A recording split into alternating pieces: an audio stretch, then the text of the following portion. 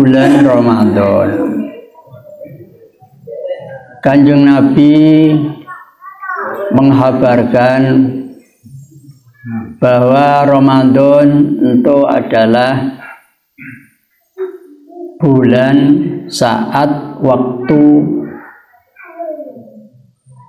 tuhlaku abwabun niron wa tuftahu abwabul jinan. Berita dari Kanjeng Nabi, kabar Kanjeng Nabi bahwa Ramadan adalah tuhlaku abwabun niron. Bulan Ramadan adalah bulan ditutup pintu-pintu neraka. Wa tuftahu abwabul jinan, dan dibuka lebar-lebar pintu-pintu surga. Anape mae tutup rapet-rapet pintu neraka, buka lebar-lebar pintu suar, itu istilah, bukan makna letterleknya. Maksudnya apa? Di bulan Ramadan boleh sampai kapi mudah untuk mengendalikan hawa nafsu dikala berpuasa. Sebab dengan berpuasa yang namanya nafsu itu mudah untuk dikendalikan, mudah dijaga, mudah dibela melalui amaliyah puasa, termasuk di bulan Ramadan sangat mungkin. Berarti istilahnya ditutup rapat-rapat itu adalah nafsu itu mudah dikendalikan melalui amaliyah puasa. Mendingin ala bengi tutup sebetul daun pintuna, maksud itu istilah.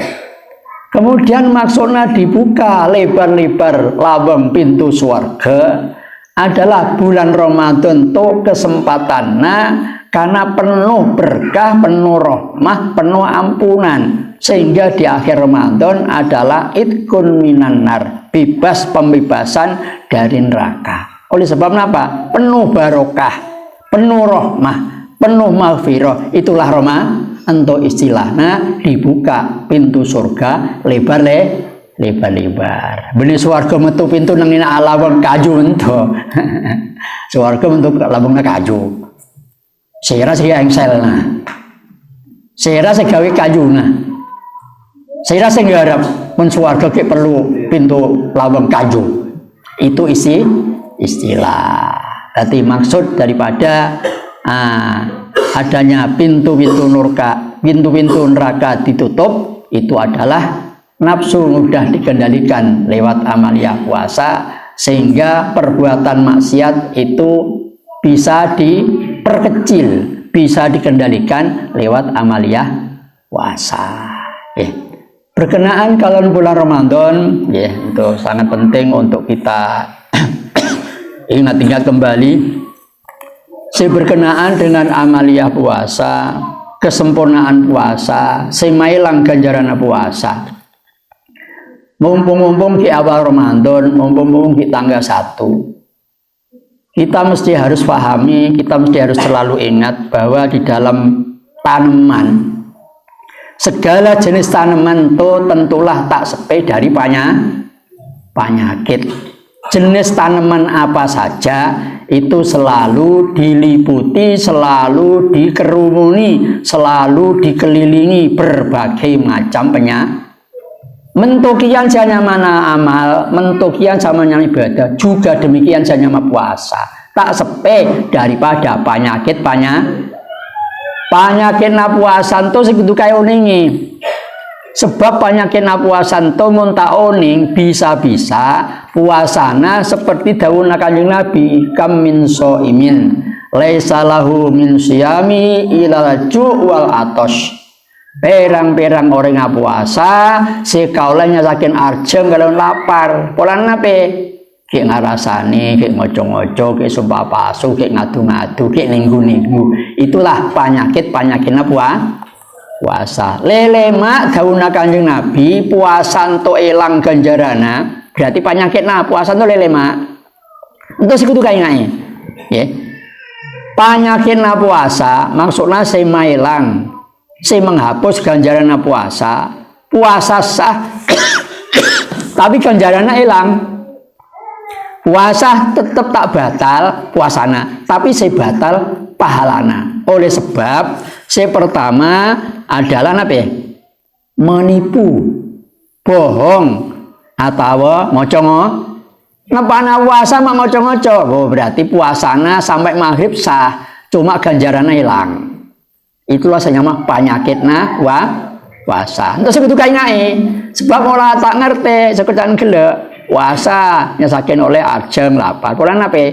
Tak sadar cek ngarasani, ngucengi, ngadu-ngadu, sumpah palsu, menipu, kocok-kocok, itu termasuk penyakit-penyakit semailang ganjaran apa? Berarti saya pertama penyakitnya puasa adalah bohong, ngocok-ngocok. Itu kudu kayak Yang kedua, nepana puasa mak ngarasani oreng, ngucengi oreng. Tak sadar cek puasa karena toman biasa ngarasani, toman jagungan itu turung ngarasani, sehingga tak sadar cek puasa ngarasani sampai maghrib puasanya sah, tapi ganjarannya hilang. Terus itu kayak kedua ngarasani. Ketiga adalah namimah, ngadu-ngadu, ucapan dari sana disampaikan kepada yang supaya bertengkar, supaya atokar, supaya moso, orangnya adu. Mengadu domba, adu-adu, ini juga termasuk penyakit puasa. Yang keempat penyakit puasa adalah sumpah palsu. Ada dagang aja jualan supaya laris, sumpah palsu. Supaya dagangannya cepat laris, sumpah palsu. Sumpah palsu termasuk penyakit puasa. Yang terakhir, yang kelima, penyakit puasa semailang ganjaran puasa adalah melihat dengan syahwat atau ninggu seporno, biarpun gambar, biarpun ngawes gambar, ngawes televisi, pun sampai meninggal mengakibatkan si lelaki babak kacungna nyoon sarungna, babak kacungna nyoon sarung, ninggu TV babak kacungna nyoon sarungna saona esoon. Nah, itu berarti dengan sah, biarpun hanya melihat gambar, kalau itu meninggalkan mengakibatkan syahwat, ini juga termasuk mailang ganjaran puasa. Inti kesimpulannya, penyakit puasa pertama bohong, kedua ngarasani, ketiga adu-adu, keempat sumpah palsu, kelima ninggu-ninggu, melihat dengan syahwat. Nah, mungkin kesempurnaan puasa. Berema puasa untuk bisa sempurna. Puasa untuk bisa sempurna harus menjaga, harus memelihara juga 5 hal. Puasa bisa sempurna selain sah oleh ganjaran itu maksudnya sempurna. Selain sah oleh ganjaran sehingga disebut puasa itu sah, harus juga menjaga, memelihara 5 perkara. Yang pertama, saya kedua jaga, saya kedua raksa adalah menjaga mata, menjaga penglihatan dari mungkarot. Ya berarti tak ninggu-ninggu, tak ngawes si porno-porno. Yang pertama, supaya puasa sah ngaraksa mata dari mungkarot, menjaga penglihatan. Itu yang pertama.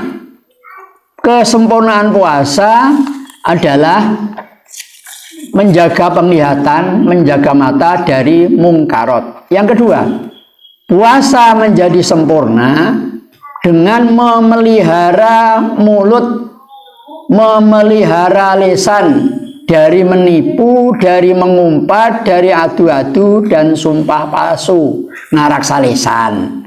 Berarti yang kedua, puasa itu menjadi sempurna dengan menjaga mulut. Pertama, menjaga penglihatan. Yang kedua, menjaga pembicaraan percakapan. Kemudian yang ketiga, puasa bisa menjadi sempurna dengan yang pertama nih mata, Yang kedua telinga. Ketiga mulut. Ya, ketiga mulut atau dibalik. Pertama penglihatan, kedua lisan, ketiga pendengaran. Pendengaran dijaga dari percakapan-percakapan kuping raksa, dari omongan-omongan yang diharamkan oleh syara. Berarti si ketiga puasa untuk sempurna kuping raksa. Pendengaran dijaga dari ngidingaken ngarasani orang misalnya, ngarasani orang ngadu-ngadu, ngarasani orang sumpah pasu, pokoknya perkara-perkara dari ucapan omongan yang diharamkan. Itu kesempurnaan puasa yang ketiga. Yang keempat puasa menjadi sempurna dengan mengendalikan anggota tubuh badan dari hal-hal yang merusak. Ning jek puasa ngarusak barang naoring, ngarusak andik naoring, ngarusak hak orang lain, anggota badan, anggota tubuh. Berarti yang keempat, puasa menjadi sempurna mengendalikan diri, mengendalikan tubuh dari hal-hal yang merusak. Itu yang keempat. Yang kelima, puasa menjadi sempurna dengan menjaga perut dari kemasukan barang subhat atau bahkan haram. Sebab mun orang puasa, sekabuka barang subhat, sekabuka barang haram, ento ibaratnya orang membangun istana di tengah kota. Beda kota indah dibangun istana megah, bangunan lamare, istana lah jadi, kemudian kotana bom. Kotana bom. Nah, apa gunanya istana bangun, lamare dihancurkan. Untuk ibaratnya orang puasa ketika sikabuka barang subhat haram, tonina orang membangun istana di tengah kota, bangunan lamare mancing becek megah, bangunannya dibom, dihancurkan. Berarti ya hancurnya mana dihancurkan. Puasanya dihancurkan oleh makan barang subhat, puasanya dihancurkan, dirobohkan oleh makan barang haram. Berarti yang kelima, kesempurnaan puasa itu menjaga perut dari kemasukan barang yang kotor, subhat termasuk haram. Itulah kesempurnaan puasa. Mumpung masih di awal puasa, dekai ngai kabi. Sebab jika tidak akan masuk dawuh Kanjeng Nabi, kam min shaimin laisa lahu min siyamihi illal juwal atash. Perang-perang orang siap puasa tak oleh nape-nape, seka oleh nyasaken arjem, nyakin lapar, pola nape sekedar tidak menjaga penyakit puasa tak ngaraksa hal-hal yang harus dipelihara dan dijaga. Itulah penting yang boleh sampai kapi ngauningi lalakon itu supaya tepat, supaya benar, sehingga benar dawuh Kanjeng Nabi, bila mana Allah menghendaki baik terhadap hambanya, Allah fahamkan urusan agama. Ning penyakit ibadah, ning penyakit tanaman. Sebab ibadah itu tanaman. Nape setan menosanto setiap saat nanem. Ucapana sebagai tanaman, perbuatana sebagai tanaman kabih. Sebab adunya mazra'atul akhirah. Adunya utawi dunya iku mazra'atul akhirati, sawah ladange akhirat. Dunia adalah ladang sawah akhirat yang menanamnya di dunia, panen mengetamnya nanti di akhirat. Dunia ini oleh Allah diciptakan untuk kita. Kita mesti harus sadar dunia untuk kita diciptakan untuk akhirat. Ad-dunya khuliqat lakum wa antum khuliqtum lil akhirah. Ad-dunya utawi dunya iku khuliqat usen dadiake apa dunya lakum kanggo sira kabeh. Dunia ini diciptakan untuk kalian. Kita mesti harus sadar wa antum khuliqtum lil akhirah. Wa antum utawi sira kabeh iku khuliqtum Ustid dadiake sapa sira kabeh lil akhirati kanggo akhirat. Dunia diciptakan untuk kalian, kalian diciptakan untuk akhir. Berarti kita ini untuk hidup abadi kelak di akhirat. Sementara di dunia sekarang kita harus menanam, harus menabur benih. Idza anta lam tazra wa absarta hasidan nadimta ala tafriti fi zamanil badri tawilun lahu tunal bukhuri fadailu fu'ulun mafailun idza anta lam tazra, bila mana kalian tidak menabur benih untuk menanam, wa absorta hasidan, suatu ketika kamu akan menyaksikan orang yang sedang panen, kamu tidak mau memanen, tidak mau menanam benih, tidak mau menanam, suatu ketika melihat orang yang sedang panen, nadimta, niscaya kamu bakal menyesal. Orang pada panen, Anyi misalnya tidak punya tanaman, tentu menyesal. Menyesalnya apa? Mengapa kau tidak ikut menanam? Nadimta, niscaya fi zamanil badri, sementara sama-sama punya kesempatan untuk pada paringi umur untuk menanam.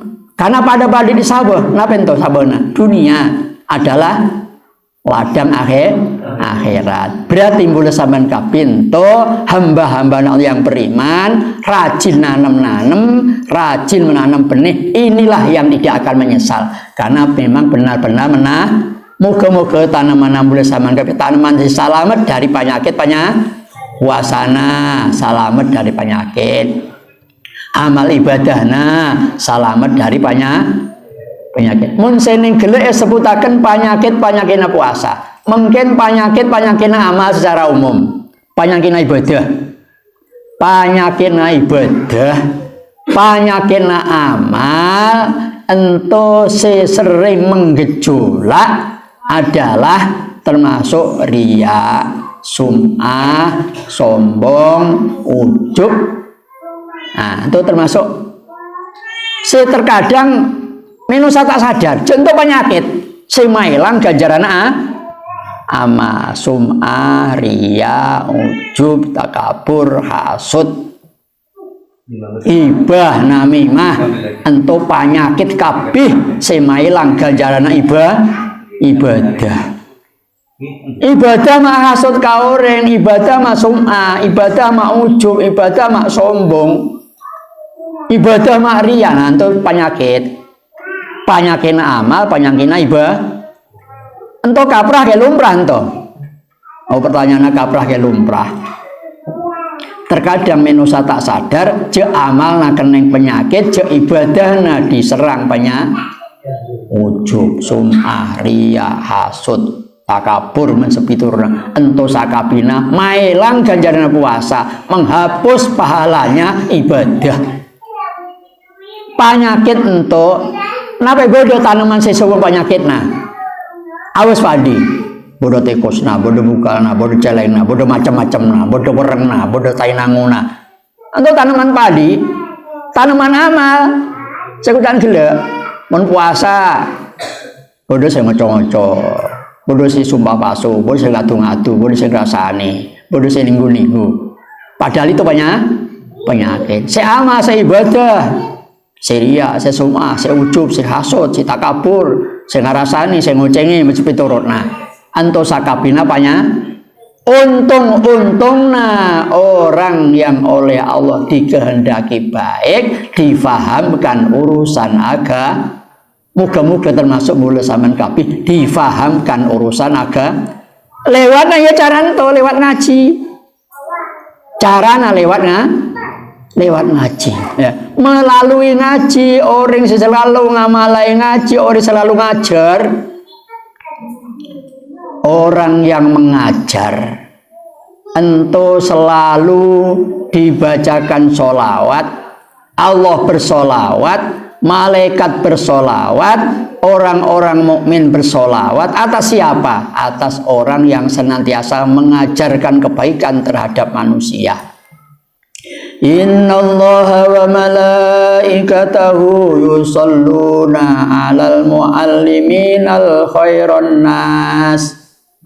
Innallaha wa malaikatahu yusholluna 'alal mualliminal khairan nasa. Innallaha wa malaikatahu yusholluna 'alal muallimin. Sesungguhnya Allah, sesungguhnya malaikat, sesungguhnya orang yang beriman bersolawat atas siapa? Atas pengajar, atas guru, atas ustadz, atas ulama, atas kiai. Pokoknya mengajar. Muallimin, mengajarkan muallimin. Muallimin ini pengajar. Apa yang dia kebaikan kepada siapa? Manusia. Berarti semua manusia yang mengajarkan kebaikan kepada yang lain, ini mendapat sholawat dari Allah, sholawat dari malaikat, sholawat dari orang-orang yang beriman. Maka berbahagialah orang yang senantiasa mengajar. Entahlah rahasianya orang tak ambu-ambu ngajar. Sehingga Kanjeng Nabi juga selalu mengajar, Allah pun juga senantiasa mengajar. Ar-Rahman itu sifatnya Allah, allamahul bayan. Allama itu kan ngajar.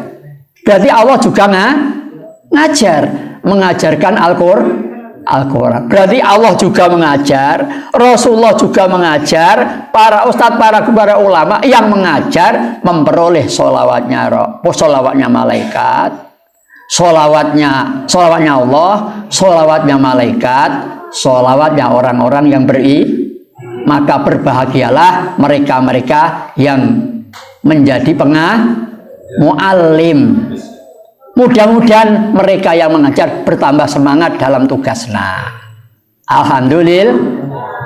Nada menjadi support semangat, dorongan semangat bagi para pengajar. Innallaha wa malaikatahu yusholluna 'alal mualliminal khairan nas.